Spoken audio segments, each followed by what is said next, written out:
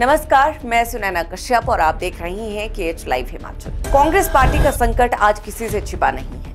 हरियाणा, उत्तराखंड, पंजाब और हिमाचल प्रदेश जैसे राज्यों में गुटबाजी और नेतृत्व की अस्पष्टता ने पार्टी की स्थिति को काफी कमजोर कर दिया है। इन राज्यों में कांग्रेस की हार का मूल कारण सिर्फ बाहरी विरोध नहीं, बल्कि आंतरिक संघर्ष, नेतृत्व संकट और असंगठित रणनीतियां रही हैं। पार्टी के भीतर असहमति और गुटबाजी के कारण जहां एक ओर कांग्रेस अपनी जड़ों को मजबूती से नहीं पकड़ पाई, वहीं दूसरी ओर विपक्षी पार्टियां इन कमजोरियों का फायदा उठाने में सफल रही। मगर हैरानी इस बात की है कि सब कुछ जानते हुए भी हाईकमान चुप कैसे बैठ सकता है। ये स्पष्ट है कि कांग्रेस के अंदरूनी संकट का खामियाजा अब सामान्य कार्यकर्ताओं को भी भुगतना पड़ रहा है। जब शीर्ष नेतृत्व खुद इस संकट को जानता है तो फिर उसे सुलझाने के लिए कोई ठोस कदम क्यों नहीं उठाया जा रहा? ये सवाल कई मायनों में अहम है। हिमाचल ही नहीं, हिमाचल के पड़ोसी राज्यों में भी कांग्रेस की स्थिति कमोबेश ऐसी ही है। आखिरी बार कांग्रेस ने हरियाणा में सरकार 2005 से 2014 तक चलाई थी, जब भूपिंदर सिंह हुड्डा मुख्यमंत्री थे। 2014 के विधानसभा चुनाव में कांग्रेस को हार का सामना करना पड़ा और भारतीय जनता पार्टी ने पहली बार हरियाणा में अपने दम पर सरकार बनाई। एक्सपर्ट मानते हैं कि उस चुनाव में कांग्रेस को भूपिंदर सिंह हुड्डा पर जरूरत से ज्यादा भरोसा महंगा पड़ा। हुड्डा फैक्टर के कारण कांग्रेस की कलह सार्वजनिक मंचों पर सामने आ गई। राहुल गांधी ने सैलजा और हुड्डा का हाथ तो मिलवाया, मगर दिल नहीं मिला सके।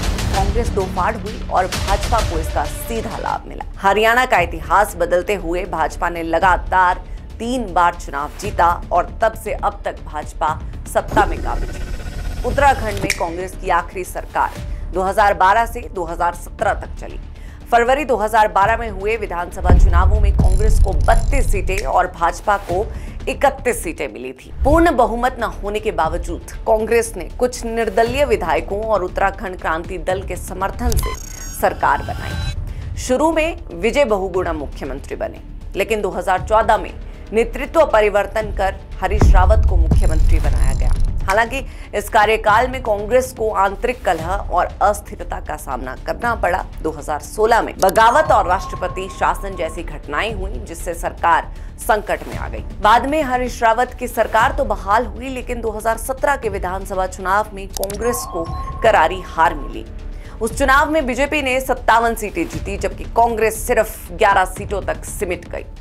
यहीं से कांग्रेस की गिरावट की शुरुआत हुई और 2022 में भी कांग्रेस वापसी नहीं कर पाई। पंजाब में कांग्रेस की सबसे बड़ी समस्या गुटबाजी रही, जो पार्टी के लिए एक गंभीर राजनीतिक मर्ज बन चुकी। 2022 के विधानसभा चुनाव से पहले ये कलह खुलकर सामने आ गई, जब तत्कालीन मुख्यमंत्री कैप्टन अमरिंदर सिंह और प्रदेश अध्यक्ष नवजोत सिंह सिद्धू के बीच तीखी तकरार शुरू हो गई। दोनों नेताओं के बीच की खींचतान ने पार्टी की छवि को गहरा नुकसान पहुंचाया। कांग्रेस हाईकमान ने हालात संभालने की कोशिश की, लेकिन विवाद और गहराता गया। चुनाव से कुछ महीने पहले अमरिंदर सिंह को हटाकर चरणजीत सिंह चन्नी को मुख्यमंत्री बनाया गया, जो एक रणनीतिक कदम था ताकि दलित वोटों को साधा जा सके। हालांकि इस बदलाव ने पार्टी में और भ्रम पैदा कर दिया, क्योंकि नेतृत्व को लेकर स्पष्टता नहीं थी। एक और सिद्धू, दूसरी ओर चन्नी और बीच में हाईकमान। इस आपसी खींचतान और नेतृत्व संकट के चलते कांग्रेस जनता का विश्वास खो बैठी। अमरिंदर सिंह ने पार्टी छोड़कर अपनी नई पार्टी बनाई और बाद में भाजपा से गठबंधन कर लिया, जिससे कांग्रेस को और बड़ा झटका लगा।